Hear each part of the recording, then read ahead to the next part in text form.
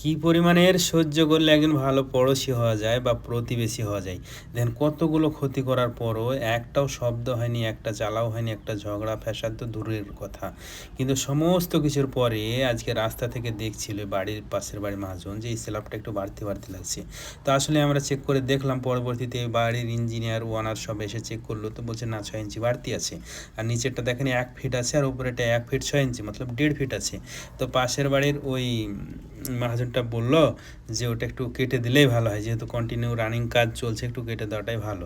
তো এটাই শুধু অভিযোগ, এর জন্য আমি ওই স্ল্যাবটা কেটে দিতে এলাম।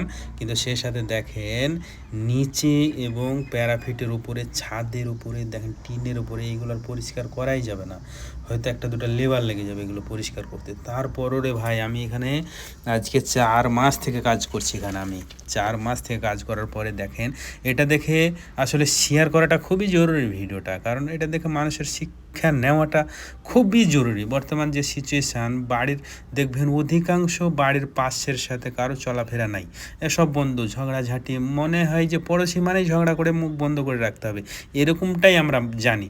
কিন্তু দেখেন কত পরিমাণের ক্ষতি সহ্য করতে হয় বা সহ্য করছে, ইনি একজন আসলে প্রমাণ করে দিয়েছেন যে দেখেন কি পরিমাণ কি হয়ে গেল তাতে।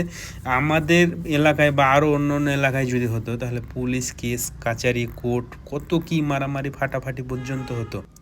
মানুষ বোঝে না, কত পয়সা নষ্ট হতো, পুলিশকে দিতে হতো, কেস চালাতে হতো, কত কি। এর জন্যই কিন্তু আসলে সেই সব এলাকার মানুষগুলো উন্নতি করতে পারে না। এই দেখেন, এটা বাড়ির বড় ছেলে, পোশাক আশাক সব মেল দিচ্ছে, আর সাথে আমার সাথে অনেকক্ষণ গল্প করলো, অনেকক্ষণ কথা বললো দাঁড়িয়ে দাঁড়িয়ে। তো খুব ভালো লাগলো, হেভি ঠান্ডা মানুষ। ওনার আব্বা আছে, ওনার আব্বার সাথে হেভি খাতির। মাঝে মধ্যে আমরা যে পাশে কাজ করলাম আর 4 মাস থেকে, তো মাঝে মধ্যে আমরাকে আবার তরকারি দিত।